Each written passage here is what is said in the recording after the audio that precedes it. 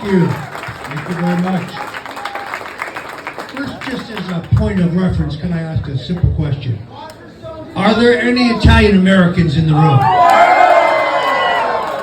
You see, I'm half Italian. I'm Italian from the waist down.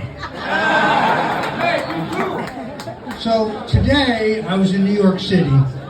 I was at the NYPD headquarters, where a brave New York City police officer, who with an unblemished record of 14 years of serving the people of New York, who has pulled the graveyard shift in some of the most dangerous, undesirable precincts of New York City, is being persecuted because in his free time he supported Donald Trump and because he's a friend of mine. That's Officer Salvatore Greco from Staten Island. And today, the NYPD is considering taking away the pension that he's paid into for 14 years and terminating his employment as an officer. But let me tell you, like Roger Stone, Sal Greco has done nothing wrong. The New York City woke police department, when you go into the NYPD headquarters, there's a sign by the men's room and the ladies' room saying, use whatever bathroom that is consistent with your perception of your sexuality and your sexual orientation that day. I'm sorry, there are only two genders, men and women. And while we're at it, let me just say, Black Lives Matter to kiss my ass. We are the party of civil rights. We are the party that created more jobs for African Americans than any president in history. We are the party of reform of our criminal justice system. It's Bill Clinton and Joe Biden who created the harsh mandatory penalties for the first nonviolent crime of possession of small amounts of drugs. That's racist. That's the racism. It took Donald Trump, who passed the Second Chance Act and the First Step Act, to reform our criminal justice system and finally get so many African Americans who should be in drug treatment programs instead of incarcerating where we're paying for the living door.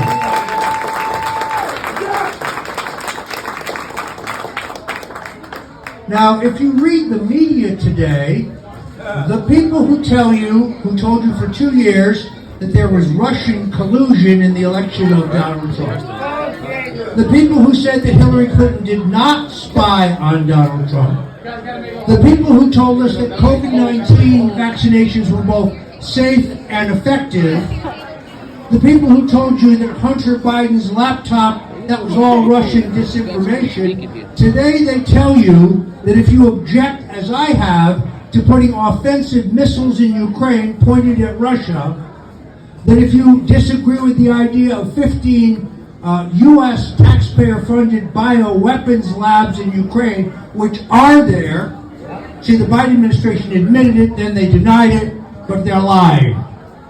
If you object to that, well, then you're pro-Putin. You're pro-Russia. Right. Let me be very clear. I had members of my family mowed down by Russian tanks in Budapest in 1956, because the half of me that is not Italian is Hungarian American. I have no great love for the Russians or their system. They're authoritarians. But Putin has made it very clear.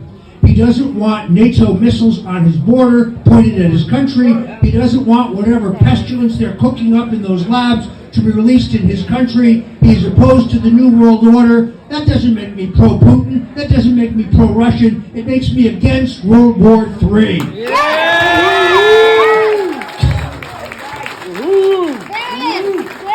I am a veteran of 11 national presidential campaigns, starting with Richard Nixon, all the way through one of the greatest presidents in my lifetime.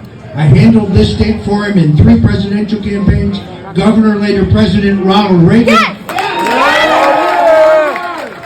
I had the privilege of working for one of the greatest men of the 20th century, Senator Bob Dole, a true American hero. In 2016, when every member of the Bush family endorsed Hillary Clinton, Bob Dole, 96 years old, was being wheeled around in a wheelchair in Missouri and Kansas making speeches for the Trump ticket. A great American patriot.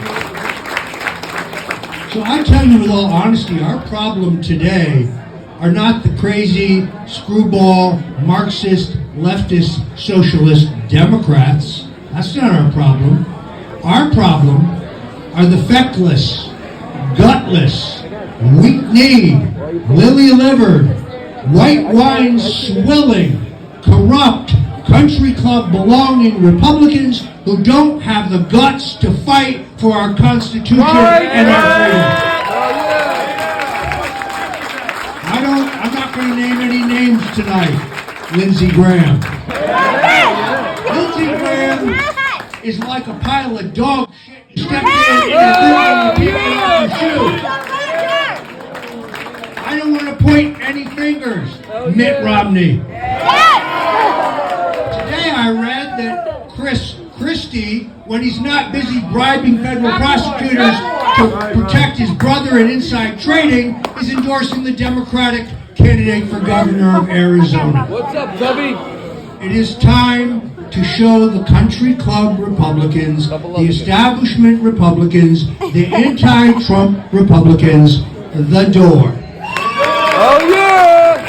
There is none worse than your own Congressman, Chris Smith. I've known Chris Smith since 1978. Chris Smith would have you believe that he's pro-life. Why is he taking thousands of dollars from pharmaceutical firms that conduct grotesque experiments on fetal tissue? Chris Smith has sold out. He has sold out. He is part of the swamp. He doesn't live here, folks. He lives in Virginia. Yep. I don't believe he pays taxes in this state. He does not. He is part of the permanent Washington establishment. He forgot why he went to Washington. We're going to send somebody who is a representative of the people. Tell Roger! Not somebody who's going to Washington to vote for Kevin McCarthy to go along to get along, but somebody who will join Jim Jordan and Matt Gaetz and Congressman Boebert and others who are fighters. I would not be here tonight if Mike Crispy could take Chris Smith in the Republican primary.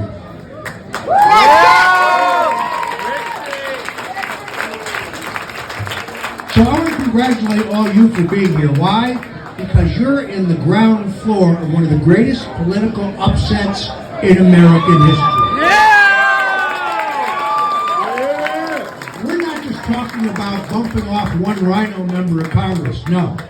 In Ocean County and in Monmouth County, we're going to run a top-to-bottom slate of America First Republicans. Sheriff, county commissioner, those freeholders. Top to bottom, it's time for a house cleaning. I have never seen the kind of grassroots enthusiasm, the kind of actual citizen power I see here tonight. We can do this. So I have to ask you, in the American Revolution, the founding fathers, they were not old men. Most of them were young. They risked it all. They put it all on the line for our freedom. So are you ready to put it all on the line? Yes, sir! Will you stand with me and Mike Crispy in the fight to make America great again? Yes! I was with the president, and I call him the president because I think he actually won the last election. I was with him about a week ago, and I asked him right straight up, are you going to run in 2024? You know what he said? I want to. Because you see, Donald Trump is above all a patriot. He didn't run for president because he wanted a big fancy house or a nice plane. He already had a big fancy house and a nice plane. His net worth was probably cut in half, and he has suffered the vituperation and the attacks of the media against him and his family every single day. This man sacrificed for us because he loves America.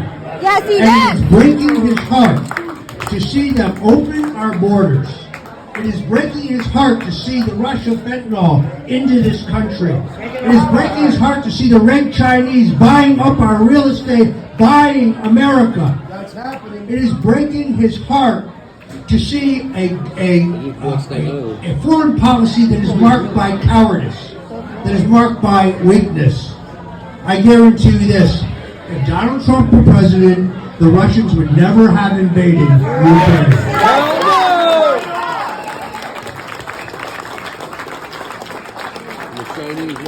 So I must tell you that I'm only here tonight through the miracle and the healing power of Jesus Christ.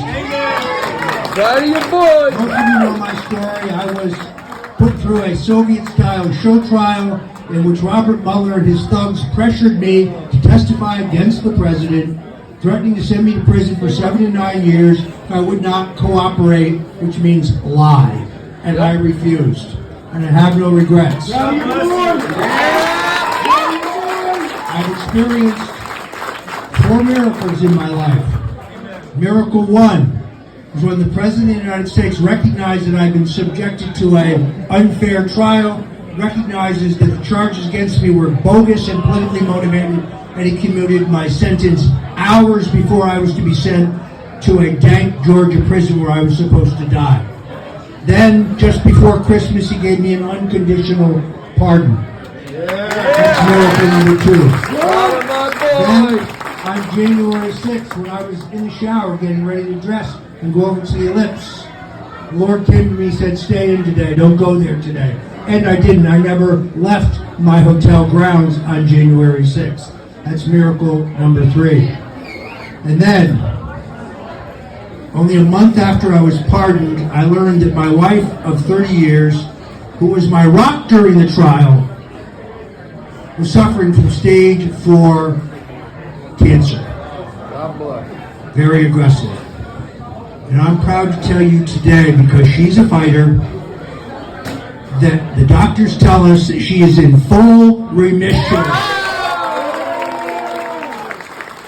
Proud of my girl. So, there are 4 miracles. Now I'm going to tell you the 5th miracle that I'm praying for. It is the election of the next great American congressman, a fighter, a warrior, someone who will stand up for us, Mike Crispy, to the U.S. Congress. That is your next miracle. My mentor in politics, Richard Nixon, was my first boss. And it's true, as some of you may have heard, I have a tattoo of Nixon on my back about the size of a grapefruit. Which means I'm the only person you know with a dick on the front and the back. President Nixon said, a man is not finished when he is defeated. He is only finished when he quits. Until one has been in the deepest valley, one cannot appreciate the majesty of God's highest mountaintop. In the fight for freedom, Mike Crispy will never quit. Donald Trump will never quit. And Roger Stone did nothing wrong, and I will never quit. God bless you.